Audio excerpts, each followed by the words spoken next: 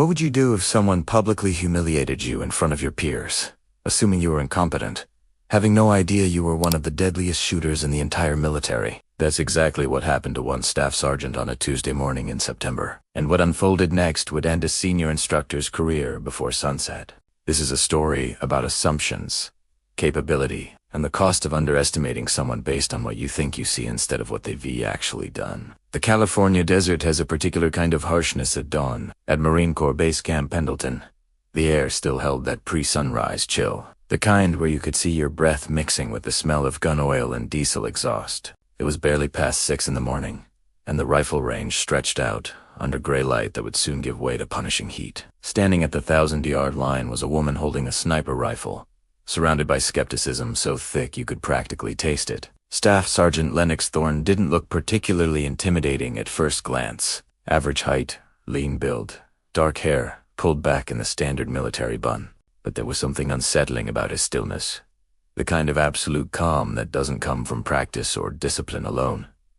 It comes from experience. The kind of experience where you've learned to shut down fear so completely that your body forgets it is supposed to be nervous. She stood there, holding her rifle with the casual familiarity most people reserve for their car keys, while 30 meters behind her a group of male Marines watched with cold assessment and barely concealed doubt. Master Gunnery Sergeant Vance Cutler stood among them, arms crossed, jaw working a piece of gum with the rhythm of someone who thought he already knew how this would end. At 46 years old, with more than 2 decades in the Corps, Cutler had built a reputation for running the most demanding sniper screening program on the West Coast. He believed in standards, believed the military should be hard because combat was harder, and he believed, though he'd never say it in an official capacity, that women didn't belong in combat roles. The 3 lance corporals standing with him had earned their positions through his grueling selection process, and they watched Thorne with the kind of resentment reserved for someone they believed was taking a slot that should have gone to a man. But there were other observers present that morning. 4 men in desert utilities stood apart from Cutler's group, no name tapes on their uniforms, positioned near a black SUV that hadn't been there an hour earlier. Navy officers. Senior ones. 3 wore captain's insignia. 1 wore commander rank. One of them held a tablet, glancing between its screen and Thorne's position with an expression that suggested he knew. Something Cutler didn't. They weren't there by accident. Thorne touched her forearm briefly, fingers tracing 3 parallel scars, before settling into her shooting position. She had no idea that in the next few hours, everything she'd been hiding for half a year was about to explode into the open. She grew up in a town so small the entire population could fit in a high school gymnasium. Her father was a gunsmith who believed that understanding machinery was understanding discipline itself. By 6 years old, she was learning to shoot. By 12, she could disassemble and reassemble military rifles.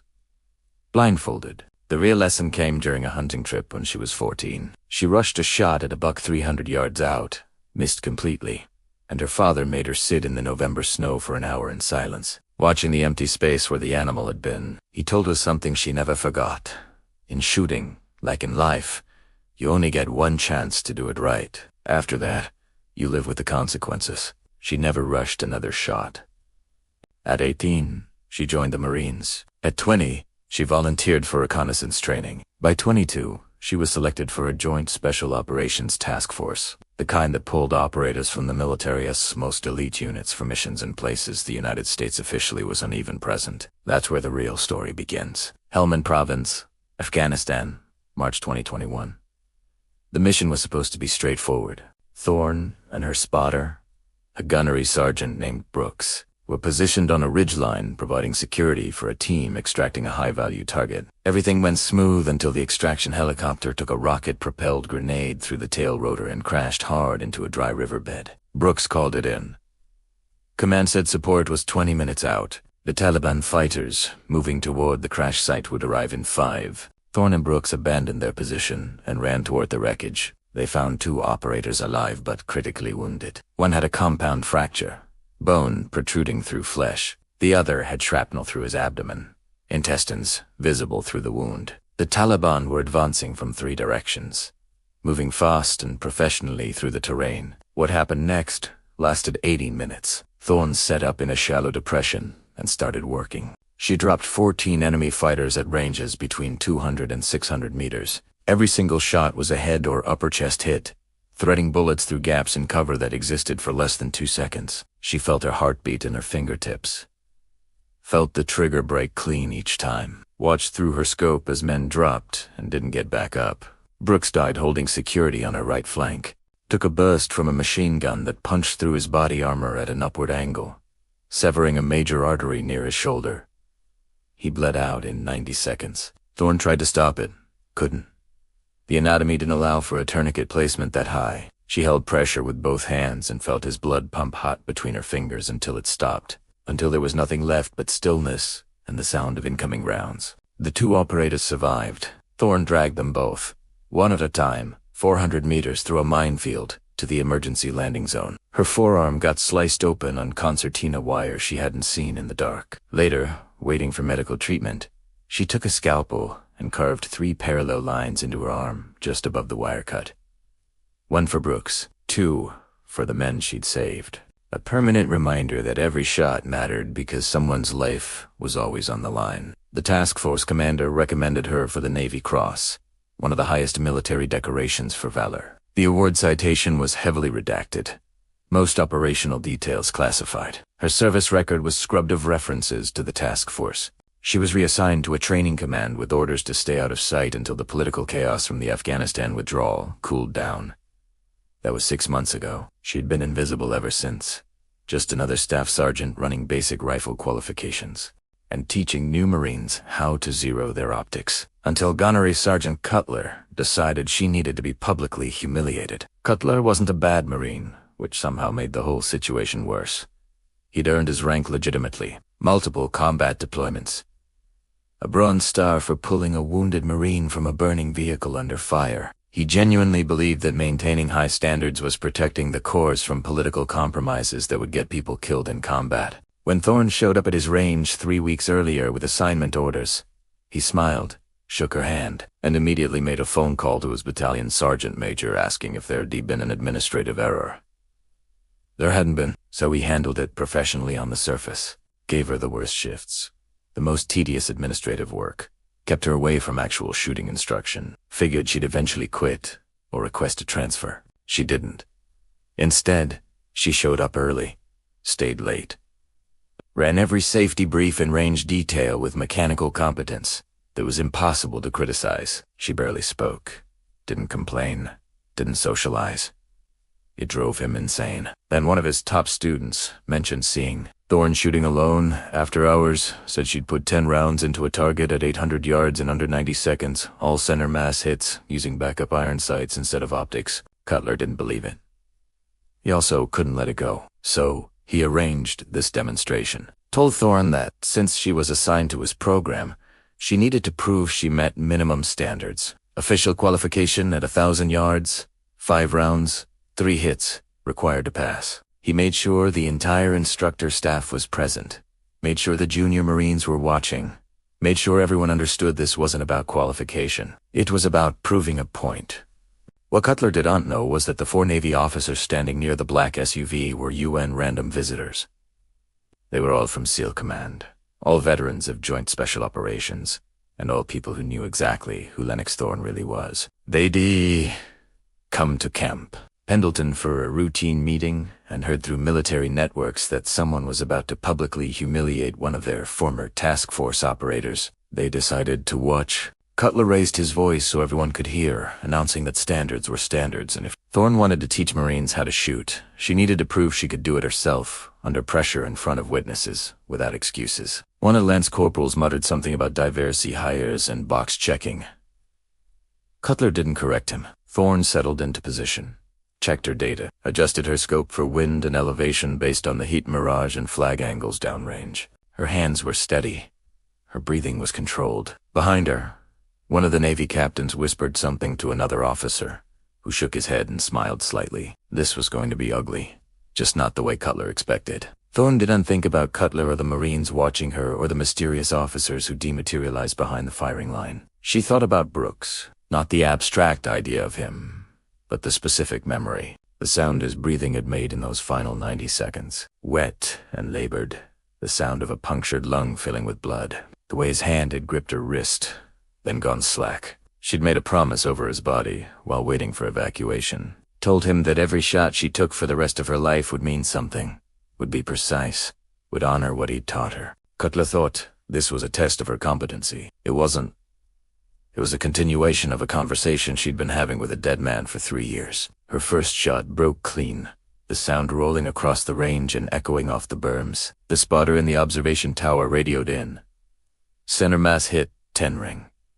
Cutler's jaw tightened. The lance corporal stopped smirking. Thorne cycled the bolt calmly, let her breathing settle, adjusted for a wind shift she felt in her left cheek. Second shot, center mass, 10 ring. The range went quiet. Even the Marines, who'd been talking in low voices behind the safety line, stopped. One of the Navy captains pulled out his phone, made a quiet call. Thorne fired 3 more rounds in 4 minutes. Every single one punched through the black. The final shot, taken during a wind gust that made the flag snap horizontal, went through the exact center of the target, obliterating the previous hole. Perfect score. Expert marksman. She cleared her weapon, stood, brushed dust off her uniform. That's when Cutler made his second mistake. He walked toward her, face red, and told her that qualification scores didn't mean anything in real-world conditions. Static targets on a flat range with no time pressure weren't the same as combat. If she really wanted to prove she belonged in his program, she'd need to pass the full pre-scout sniper indoctrination. A 70s Slough field exercise designed to break candidates before they even reached formal sniper school. He said it started in 1 hour. Said she could decline with no professional consequences, go back to her regular duties, and everyone would forget this ever happened. Or she could prove what real standards looked like. Thorne looked at him for 3 long seconds, then said she'd be ready. The indoctrination started at 12 candidates, 11 men, 1 woman, 60-pound rucksacks, 15-mile movement across brutal terrain, followed by tactical problems, navigation exercises, and shooting drills designed to test performance under complete exhaustion. Cutler led from the front, set a pace just shy of running, didn't call brakes. By mile 5, 2 candidates had dropped from heat casualties. By mile 8, Thorne's shoulders were screaming. The ruck straps had rubbed her collarbones raw.